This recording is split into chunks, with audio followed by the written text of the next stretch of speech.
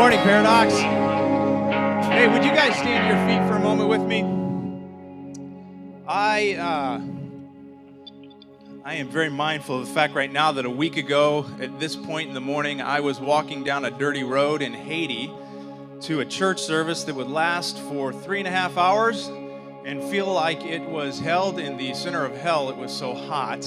So whatever you came through today, traffic, late start to your morning, I guarantee you it was an easier start than they had a week ago in Haiti. So the team is still there. They're going to be coming back later tonight. I came back early because I had a wedding I was doing this weekend. But they'll be flying in later tonight and are excited to come back and join you. And we had an incredible time down there with lots of stories to tell. But this morning, we have a story to tell as well. This morning, as we get into worship, I want to read from a verse out of a book called Psalms, chapter 18. Because here's what I know. I don't know where everybody's coming from this morning, but you're all coming from somewhere. And some of you are coming from a good place this week, and some of you are coming from a frustrating place this week, and some of you are heading into a frustrating place this week. And I know this, whatever your week has been or whatever your week will be, there is a God who is bigger than all of it. Psalms 18 says this, I love you, Lord, because you are my strength. And the Lord is my rock and my fortress, my deliverer, my God, who is my rock. I will take refuge in him. He is my shield and the horn of my salvation and stronghold. And so I call to the Lord, who is worthy of praise, and I have been saved from my enemies.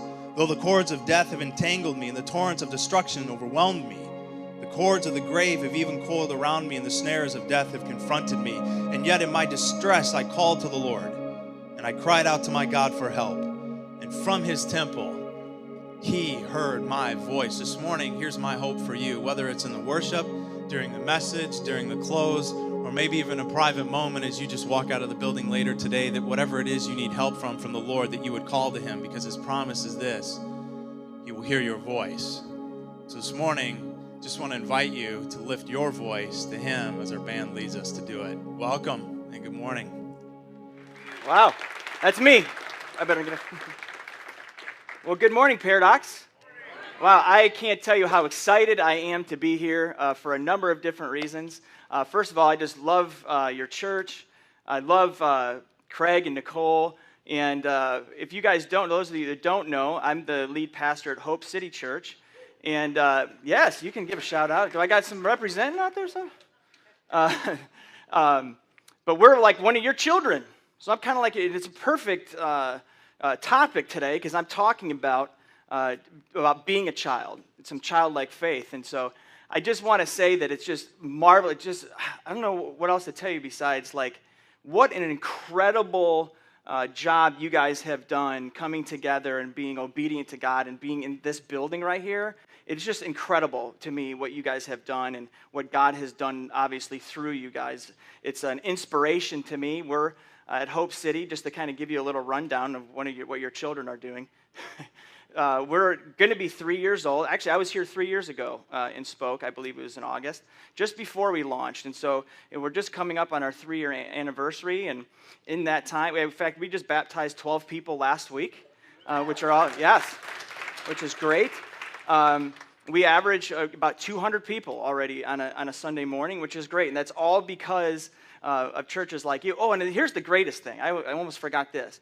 Not only, did you guys help plant us, but we're already in a position to come alongside Paradox and some other churches to help plant Antioch, which Dave spoke here last week, I believe, right? And so, how great is that like you guys are going to be grandparents? That really, Antioch is like a grandparent, for you guys. It's like a grandkid because we're also part of that, and it's just great to be here and to be able to share that incredible news and to see all that's happening here.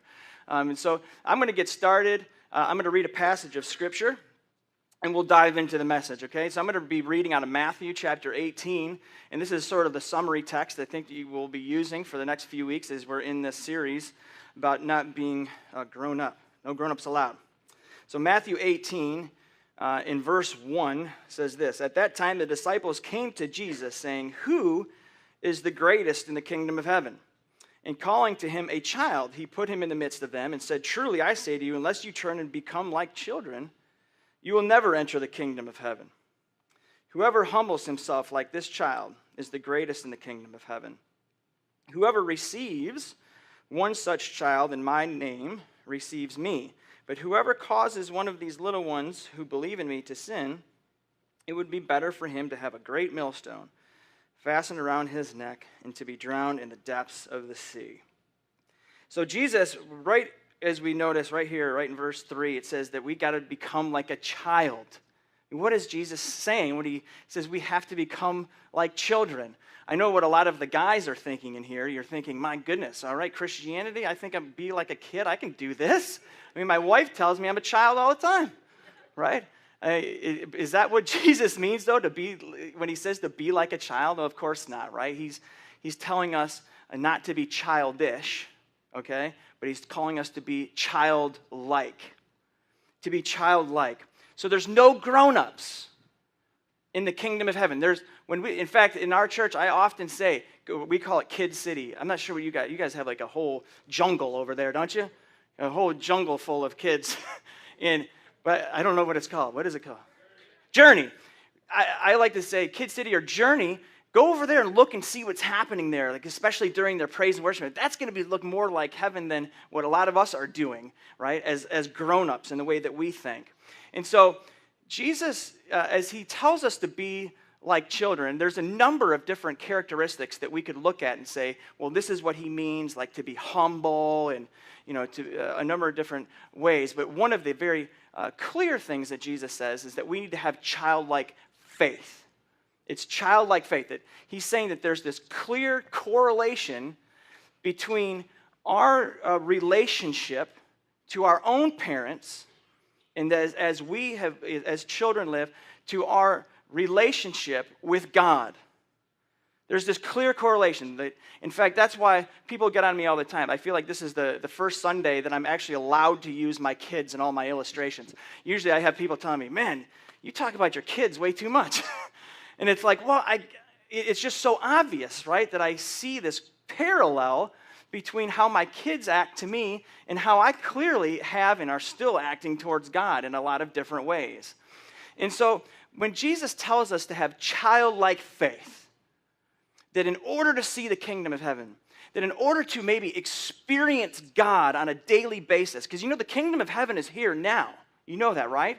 It's already here. It's not fully consummated yet. It's not fully here, but it is here for us to experience. Right? We can experience a little heaven on the way to heaven through Jesus. And one of the ways that Jesus tells us to do that is that we have to have childlike faith. And so when we say, well, what is childlike faith? The first thing is I'd say it means to you understand your dependence on God. A child is just utterly dependent upon their parent. In fact, there's this passage of scripture in the Old Testament that says that God, he's using this analogy, and he says, I found you out in the field, swaddled, still bloody, and saved you, and plucked you out. And he's giving us this analogy of just how completely powerless we are without his work in our lives.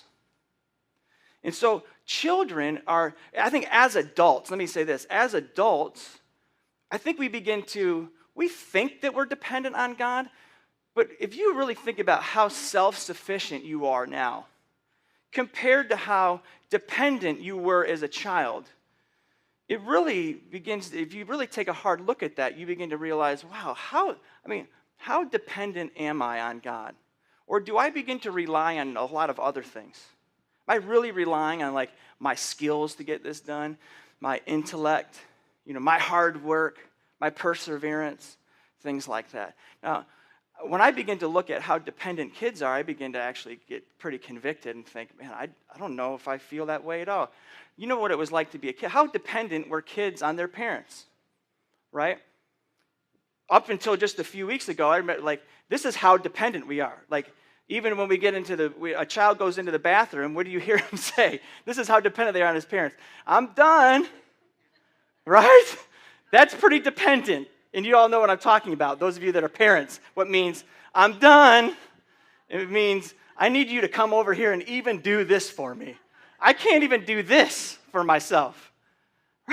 That's how dependent kids are on their parents. But do I live a life that's that dependent on God? Let me put forth to us one way that we can even begin to think if we are. Here's a really good indicator. I know this is gonna cut a little bit. You know what it is? It's your prayer life. Ooh, prayer life. Prayer is something that, imagine if you and your wife or you and your husband never talked to one another. You had a relationship where you're in the house and you never talk to one another. That can't be a healthy relationship at all. Prayer is such a good indicator of how dependent we really are on God. That's why when really difficult times come in life, what do? Hit the knees, right? Hit the floor. Because it's like, wow, I found myself to be extremely dependent in this situation. So I'll ask you this question as it relates to dependence. Do you say your prayers, or do you actually pray to God? Do you bring a list to God? Or I'd like to say with the old Puritans that were over on the East Coast in the 1700s, there were this little group of Christians that they would say this. They were extremely religious, I'll say. They would say, hey, before you ask for anything, pay your rent in terms of prayer. Meaning, before you go asking for anything from God, why don't you thank him for all the things that he's already given you? And by the time you're done thanking him for all the things that he's already doing, you might not even, that list of what you were going to ask may not even need to be there anymore. But prayer life is just a really good indicator. The next thing, so dependence is very obvious. If you're going to, childlike faith requires you to look at how dependent am I really on God, and when am I going to him?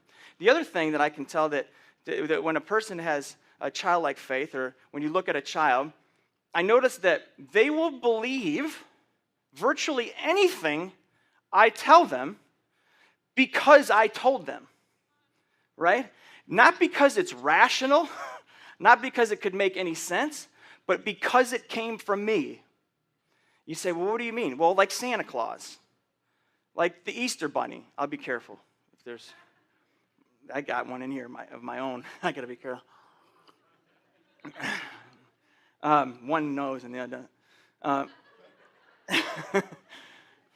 But there's belief there because it's coming from me. But now watch this. Not only, right, childlike faith believes because it's coming from God. Not because it necessarily makes sense, because it doesn't probably, I bet you Craig could attest to that it doesn't make sense that you have this building. That doesn't make sense. That was God. God did that. And there was probably a whole bunch of people along the way that said, that can't work. That can't work. That can't, right? But because God says something, we believe it, even though it seems crazy in front of us. But not only do we believe it, does a child believe it, they live in anticipation of it. They believe it, right? So they believe that Santa, right, is there. And not only do they believe it, they begin to live and do things in anticipation of it, right? They got the magazines out, you know. I love the way that works. It's like, I don't know, does it come like in October now or something? I feel like Christmas music starts in October. And I noticed, like, the first thing flip through this whole magazine, it's got, like, you know, every 4 or 5, 6 pages, there's something circled. By Christmas, the whole thing is circled. The entire book is completely circled. Because they're living in anticipation. They're doing things, right? They're starting to be good, or maybe, you know, getting a conscience check a little bit and here and there because they think, you know, they know he's coming and all this other stuff. But we have this uncanny ability as grown-ups to say we believe something and then not live it at all. Do you know what I'm talking about? That it doesn't go from the head to the heart at all. It's like we say we believe something, but then we don't do anything. It's like a parent going to their child and saying, hey, I need you to go clean your room. And a couple hours later, he comes back and says, hey, did you clean your room? He says, no, but you know what? I memorized everything that you said about cleaning my room. I memorized the closet, you know, that you said something, the dresser, dusting, you know, all these things. I memorized all that stuff, so I can always remember about, this thing about cleaning your room. And the father says, but did you clean your room? Oh, right. A couple hours later, he says, did you clean your room? He says, listen, I got this tattoo in Hebrew. And it's klenio. It's klenio in the Hebrew. So that every time I look down at my arm, I can be remembered what you told me, that I should clean my room. I should be cleaning, and I remember that all the time. I always keep it with me, But did you clean your room? A couple hours later, did you clean your room? Well, let me tell you what I did. I've gathered together a group of people, a small group of people, and we've been getting together. You'd be amazed on what we've been learning. Man, we've been getting together talking about this clean thing, and that how in the Hebrew, klenio, it means to do it in haste, do it quickly, do it diligently, and to really clean is unto the Lord. But did you clean your room? Right? That's what we do. We have this uncanny ability to just let a lot of it just go up here and never doing anything. I don't think childlike faith doesn't do that. Childlike faith, it reaches the heart and it begins to live in anticipation and do those things that God tells us to do. Why? Because God told us to do it. He didn't tell us to talk about it. He told us to do it. And a lot of those things are not going to make sense. It doesn't all make sense. It doesn't need to make sense. It makes sense because God said it. But I should say one of the greatest things, besides dependence and truly believing and doing, a third thing is acceptance or approval. You can tell that a child, we're all born with this bottomless pit that needs to be filled. And a child it's very obvious in a child that she needs the attention, the acceptance, and the approval to fill that hole that's inside of us, that was created to be there, and it was there for a reason. And you can tell, though, from a child, she naturally gets that from their parents. For instance, and this thing is so hard. Those of you who are parents know how difficult this is to fill. It's like when we'll take my kids to gymnastics, and they'll say, all right, Daddy, you're going to watch, right? I'll be watching. And I'm telling you, I'll watch that whole time. I'll be watching, and then they're looking to see, if I'm watching. And I can go the whole, and the one time I say, Daddy, you weren't watching. I said, I was watching. No, I saw you look at your phone. I saw you look down at your phone. I looked like twice down at my phone. There's this need from a child that's just craving and needing, acceptance and approval. And they naturally, though, get it from their parents. They get it from their father. They get it from their mother, right? Now, let me say this, too, as a disclaimer. I should say this. A lot of you, as I make these illustrations, some of you could be thinking in your head, man, my parents were terrible. And a lot of these good illustrations about how a parent fits with their children, I just can't relate to at all. And so let me say this. First of all, if you're a parent in here, you know all parents fail. Do you not know that? Right? We should all know that. Hopefully that relieves a little bit of a burden. But for those of you, I've met a lot of people who have had really, really, really, really difficult childhoods. And so let me ask you to just keep an open mind at least to recognize that you do know how a good parent should be from at least knowing how not to be. You know what I mean when I say that? A lot of you have experienced the very negative aspect, and from that, though, you can learn how to actually do it right. This need, though, for approval that maybe you guys sought from your parents and never got, I don't think any human being can ever truly fill it. So as we begin to grow up, what do? We begin to look into all these other things to find acceptance and approval. This is why, like, that sense of, let me break it down to you like this sense of approval and acceptance that we need, which really in the scripture is this, what Jesus talks about, this hunger and thirst for righteousness. That's really what that means. What righteousness means is to be found acceptable, to be found approved, and that we're all searching for it. We're all hungering for it. We're all thirsting for this rightness. This is that feeling you get when you go out on a first date, right? That feeling when you go out on a first date and then you come home and then you're waiting to see if he calls, she calls. And you may not even want to go on another date with them, but you do want them to call still, right? You still want them to call. Even if their call is going to be, I don't really want to be with you, you still want them to call. Why? Because you want to know that in their eyes, you were found acceptable. You were found approved. Maybe it's when you fill out an application for a job, that sense of anxiousness, that sense of, waiting with anticipation. That's that hunger and thirst for approval that children very obviously get from their parents. And what Jesus is telling us is that what we are, as children, we were created to get that acceptance and that approval from God. In fact, right there is where I'll transition into why we don't have it. For those of us in here that if Christianity has turned into, maybe you've lost the fire a little bit. Maybe you've been a Christian for a long time and it's just turned into religion and it's just turned into church always wants something. And you're just sort of not living a daily experience of God that lifts you and motivates you and inspires you to do something for God. Like if you're losing that, that's because you're starting to live like a grown-up. You're losing that childlike faith.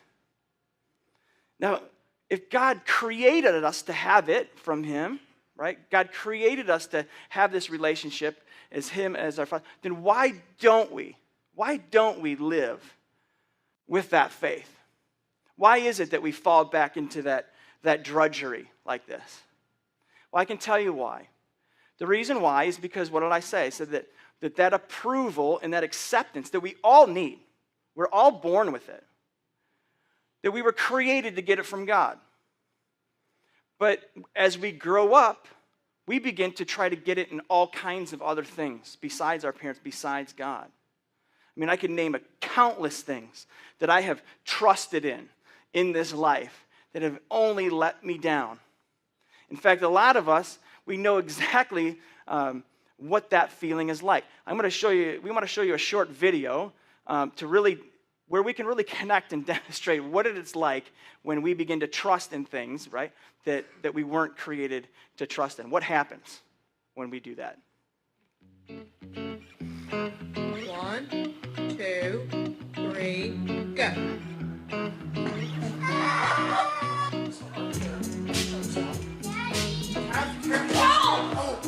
Ow! Ready?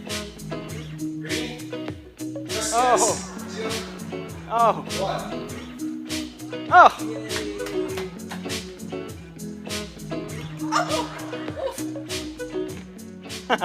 Oh, we've all seen those, right? It's funny to look at because it's a great correlation. Like how easily could we look at each one of those and say, I remember when I tried to put my trust in this and I didn't even went the wrong way.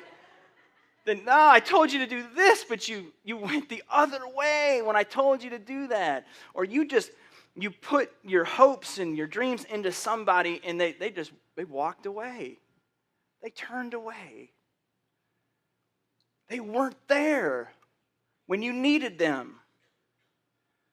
They weren't capable of holding you up. They weren't capable of it.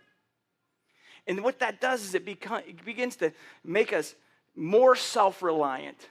And we like to say we're survivors, right? We begin to go into the room and paint the windows black. I'll do it on my own. I'm not going to put my trust in people or anything else anymore. And we begin to get calloused. And then we begin to get really narrow-minded. And it's interesting because Jesus talks about this. I think this is an example of what happens when we get when we live with childlike faith. In Matthew chapter 6, it says this. This is an example of childlike faith. It says, "The eye is the lamp of the body. So if your eye is healthy, your whole body will be full of light." Or in another passage, in other translations, it says, if your eye is good. I don't know what that one. If your eye is healthy. In others, it says, if your eye is good. What does it mean for your eye to be good? Well, literally in the Greek, this word is hoplos. It means whole. It means clear. It literally means wide open. That your eyes would be wide open with nothing hindering or in the way, no obstruction at all. That's literally what that word means for healthy. It means that a child looks out and it doesn't have all these past experiences obstructing it. That's why he says, but if your eye is bad, your whole body will be full of darkness. What do you mean if your eye is bad? That word is paneros in the Greek, and that literally means narrow. It means it's narrow or obstructed, not clear, right? It assumes like an eye that's squinting, you know?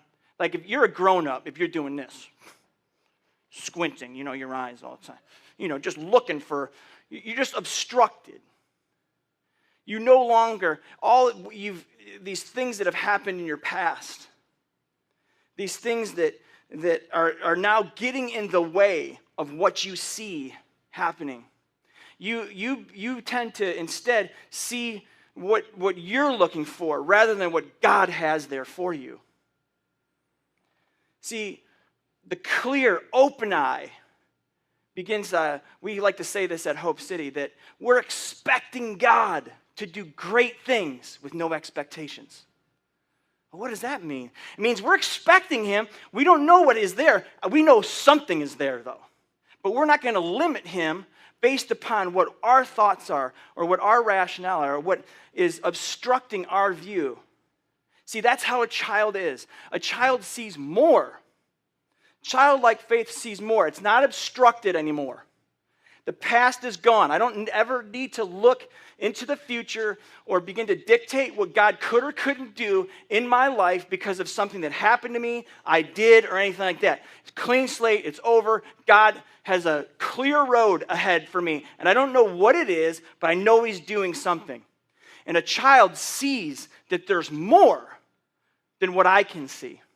I had a friend who told me about this time that he was at the mall, and he had a kid that was playing on the jungle gym set, and it was in the mall. It had a big slide in it, and he went and sat on one of the benches, you know, where he could just chill and watch his child. Well, this stranger went down the slide. My friend was there eating a hot dog. Took a big bite out, you know, eating his hot dog, and this child went down the slide, just walked right up to him and said, "Can I have a bite?"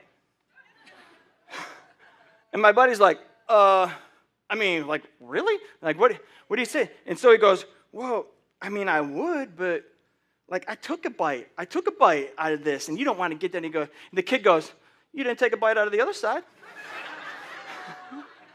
And my buddy's like, "All right."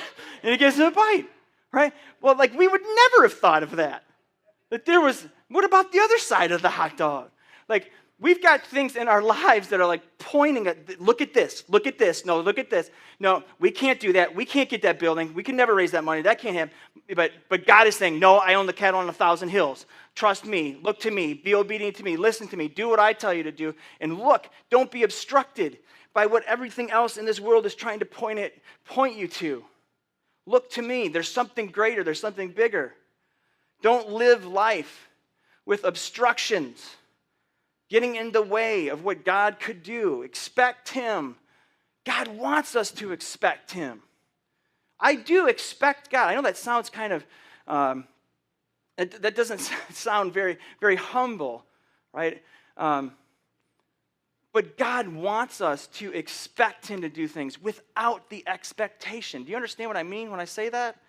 without that expectation. It's like, what we do, we say, God, we know you can do great things, and this is the great thing I want you to do. Instead, say, God, I'm going to trust that you're going to do great things, and you're going to do exactly what I need. You know exactly what I need, rather than what I want. And so if childlike faith is something that we were really created to have, but we don't have it because we've looked into all of these other things. We've trusted in all these things. We've wiped out. We've been the guy jumping off the second. You know, how many times have people in your life go, don't do it. You know, don't come off that second floor like that, right? But we did it anyway. And now we're living with all kinds of obstructions that are causing us to say, no, God couldn't do that, or God won't do this. How do we obtain it then? How do I get that childlike faith back? How do I get it for maybe the first time? I think the first thing you have to do is admit you've been living as a grown-up. If one thing in my life that, especially in the last couple of years, and especially the last year of my life, as my kids are now 8 and 5, I feel like it's so easy to become a grump. I just get so sick. I feel like I don't want to tell my kids that not to do something all the time, right? Or don't do this. What it feels like often. Don't do this. Do this. You got to do that. You can't do it. Stop. Stop that. Don't. And it's just very easy to begin living like a grump, right? And it's the same way, I think, what happens in religion. Instead of having that personal relationship again, you sort of turning into the grown-up turns into, the lack of faith. It just becomes works. It just becomes something that I'm doing. Christianity and you being a Christian turns into, instead of a relationship, it's, well, I go to church, I tithe, I serve, I do all these different things. So we have to admit, you know what? I think I've been living like a grown-up. I haven't really. When was the last time you did something? This is one of the greatest things about planting a church. Is I wanted to be able to put myself into a situation where I knew the only way it could possibly work is if God showed up. Because I know that's where I was with my faith. I was a pastor, an associate pastor at a church. I had a really, really, really good job in ministry. In fact, when I told people I was leaving, they thought you're crazy. Like, this is a great ministry job. People would die for this job. And I remember telling my wife, Amber, I just can't do it anymore. I can't read the book of Acts anymore. For those of you that don't know, the book of Acts is how the church originally started and how it just like wildfire went on. And I saw what all these guys are doing. These guys all gave their lives. Men and women gave their lives for the advancement of the kingdom. And I got to the place where I thought, man, you're living like a grown-up. Why? Because you're not risking anything. Well, it's really easy to, living without childlike faith is just living on the couch. Living like that child is getting off the couch and doing something and putting it at risk, trying to get yourself uncomfortable. And if you're somebody who you can't remember the last time you got really uncomfortable, you didn't really take on somebody's burden. If you can't think of a time when you haven't done that, then you're living like a grown-up. And you've got to say, forgive me, God. You got to take that to him. The other thing you got to do is right now, you got to, as you get to living like that child, you got to admit where you really are getting your approval. Where are you getting your acceptance? Because you're getting it from somewhere. And if it's anything besides God, whatever you begin to lay your life on, lay your acceptance on, it's going to crumble. And it's going to hurt. It's going to be, again, like trusting in that person and they fall and you're hitting the floor. So what is it really today? What are you dependent on? What do you really, truly depend on? Is it your job? Is it your income? Is it your relationships? Is it your kids? Kids are easy ones. As parents, what do? We put everything in our kids. We put all of our approval and we put everything in our kids. That's all that matters to us. Well, let me tell you something. Our kids, my children, cannot carry the weight of my soul. They can't. If ultimately they are what is going to make me feel good or bad about myself, I'm telling you, I'm going to run them into the ground. It's going to be terrible. They're going to be afraid. They're going to be walking on eggshells always around me. Because they can't carry that weight. So you gotta bring that to God and say, this is what I've really been trusting in. This is what I've really found my approval in. And you got to offer that back up to God. And surrender that. And begin to realize I am created as a child of God. I was created to have a relationship with God. But I can't just go back into the house. You know that? We were created to have a relationship with God, but we have to admit, God, I took the keys to the car. I was created to be dependent on you. I was created to find my approval and acceptance on you. I was created to listen to you and then do what you told me to do, but that's not how I've lived my life. In fact, very early on, I said, I can do this. Give me the keys. I'll drive. I got this. I took life into my own hands, and I drove that car right into a tree. And when we realize that we can't drive the car on our own, we realize that we've taken the inheritance, just like the prodigal son. You know, the prodigal son can't just get back into the house. I'm going to show you why. Because somebody has to ultimately pay. What we have to realize is the only way I get back into the house is through Jesus. See, in Mark chapter 14, you know, Jesus is called the Son of God, the Son of God. And in Mark chapter 14, it talks about him going into the Garden of Gethsemane. And when he goes into the garden, he begins to pray to God. In fact, he calls him Abba, Father. He cries out to him, Abba, Father. And of course, a lot of us like to say that means daddy, but really, it means something so much deeper than that. It means just the most deepest relationship. Something so close. Something so intimate. That Jesus, he goes into the garden and he knows it's beginning. And he begins to feel the weight of taking the sin of the world upon him. And he begins to pray. He does what any of us would do. He says, if there's any way for this to possibly happen, please remove this cup from me. But even so, let your will be done. And you know, when Jesus cries out to God, when he cries out to God in the Garden of Gethsemane, what does he hear? He hears nothing. At his worst time, when he cries out to his father doesn't listen. He bangs on the door, but nobody answers. He had this intimate, perfect relationship with him. But it's been separated. God turns his face from Jesus at his worst dying moment. In fact, that's why people often wonder, why does he cry out, my God, why hast thou forsaken me? Because in his worst moment, in the time of his greatest need for his Father in heaven, as his child, he cries out to him and God turns his face. Why does he turn his face?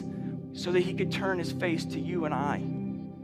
But the only way he's going to turn his face to you and I and accept us in is for Jesus on the cross and being rejected. The only way we get back into the house, when the prodigal son who says, give me the money. Give me my portion of the money now. I know how to use it better. And within probably, weeks, months or something, he has spent it all. He's squandered it all. And he comes finally back to this place of humility. And he realizes he can't do it on his own. This is a parallel for us. We got to do that same thing. Realize I can't do it on my own. It would be great just to even be a slave inside my parents' home. But he goes back. And of course, his father accepts him in. His father accepts him in. But do you know that, of course, some of you don't know the story, and forgive me if you don't know it, but the older brother gets really irritated that the younger brother is let back in. But the reality is that the older brother is angry because everything that's left in that house, see, the younger son had been given half his inheritance. So that meant all that was left in the house was ultimately going to be the older son's. And the only way that the younger son could really come back into the house is not just by the father saying, come back in, but by the older son paying for it. Everything from that point forward was because the older son gave up his inheritance. The only way for you and I to get back in, to be a child, to get back into the house with the Father, is to have Jesus give up his inheritance. For him to give it all. For him to give his life as the good older brother. Not the older brother that gets angry, but the older brother that says, come, I'll give everything to bring you back home. Now, I don't know if you believe that or not. Do you believe that Jesus died for you? Do you believe that he resurrected for you and that he ascended into heaven and he sits at the right hand of the Father? And he's for you and he's not against you. He's for you. Why? Because he died for you. Some of us in here right now, right? The childlike faith is to be more imaginative. If I know that God is for me, I can risk it, right? I can put it out on the line. I can do what he tells me to do instead of doing what I want to do because I'm afraid to do what I don't know what is at the end of the line when I do what he tells me to. The reason why we don't do that is because we're afraid that God is truly for us. Like, what's stopping you right now today from just, I'm not gonna live as that grown-up who just is so narrow-minded. I can believe that God is gonna do great things, not just here, but God can do great things through you. God can do great things in you. It's gonna be the surrender over to God.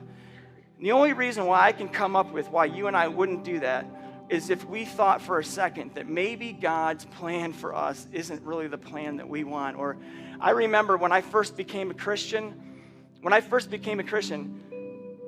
I was afraid. I had a counselor say to me, he said, what do you know about God? And I was taken aback. I didn't expect that. I thought, this is a secular place. What are you asking me about God? I didn't think you were allowed to say that. He said, what do you know about God? I said, I don't know nothing about God. And a minute later, I said, well, hold up for a minute. I said, you know what? I know that if there is a God, he's upset with me. And I'm afraid of what he would do if he really, truly exists, because I'm not even okay with the way I've been living life. So how could he be? So I choose not to believe because it's easier that way. Because all I knew was a God that had a Bible bat that was waiting for me to come up out of that hole. And when I came up out of it, he was gonna crush me. Because that's what I would have done to somebody like myself. I didn't know about a God who gave his life. I didn't know about a God who loved me more than I could possibly love myself. And that his grace and his love for me abounded greater than any sin that I could ever do in my life. Because it's that grace, it's that forgiveness that he gives us that is just, it's irresistible. It draws us, and it's the very thing that will lead us to surrender that grown-up way of living. And we'll begin to live a different way. Let me finish by saying this, that if my daughter back here, she has, since she was born, most of you that are parents, you've gotten stuffed animals for your kids and stuff like that. This was our first child, so we didn't really know what we were doing. Not that we know what we're doing now. But somebody had gotten her what she ended up calling a buddy. And it was, this cute little puppy face, and it just had like a blanket thing. It didn't have the rest of it, just the head and the blanket part.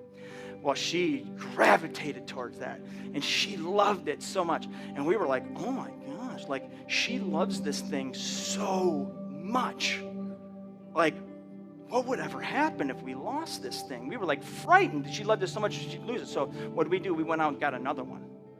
And that didn't do anything, It just made it. Now she was strung out on 2 buddies, And first she could tell it. Then she brought it back, and then she brought that one into the family. Now she was strung out on 2 buddies, right? And always had to have 2 buddies at bedtime and all this other stuff. But one of the things I've noticed that over the years, that buddy, both those buddies, man, they've been through the ringer. Let me tell you, they've been flushed in the toilet. They've had, mud and dirt and just everything, right? You know what goes on in a crib and all this stuff. These things have been mangled. And if it was up to me, right, just rationally think, man, let's chuck these and get different ones. Let's get rid of them, right? But the reason why they're in our house has nothing to do with what they look like, what they've been through, how great they, how shiny they are, or what I think about it, or anything, or anybody thinks about those 2 buddies. The reason why they're in the house and the reason why they are never forgotten every single night is not because of what they look like, it's because of what my daughter thinks of them. And that's exactly how our relationship is with God. That's what will transform your heart and your life to live for God because He died for you, is when you realize that my acceptance in the house has nothing to do with what I've done or I haven't done, what I look like. It's because of how God feels about me. And that will cause you to live for Him, seeing that He died for you. Let me pray. God, thank you so much for the gospel, the good news. God, that you came down to earth, and you did for us what we could not do for ourselves. You gave your life. You gave everything so that we could have it all, even when we didn't deserve it. You went to the cross knowing exactly who you were dying for and knowing exactly what we would do to you, how we would run from you. You love us in spite of that. We are who we are, not because of what we've done, but because of who you say we are. God, we want to recognize that we're like your Hayden's buddies, that we're loved no matter what. And so we can take the risks. We can live with imagination. We can throw it on the line, get uncomfortable because you are for us and you're not against us. God, give us faith. Give us that childlike faith to live that way and to trust you and to walk with you and to see what's greater, to have a wide open view of what you're doing. Let us expect you to do great things with no expectations. In Christ's name I pray. Amen. I love what he said about becoming a grump. I think that I get that way sometimes. I start looking at all of the no's and all the hard things that I have to deal with in life, but I want to be willing to see the beauty that God has to offer us and to look at it like a child would look at it, with this sense of wonder and awe in what God wants to give us in our lives instead of what we can figure out for ourselves. Jesus, we thank you so much for all that you are, Lord God. That you want us to come to you like a little child with all the hope and the wonder that you will do amazing things in our life. Paradox, you are loved. You're so loved, and you are dismissed this morning.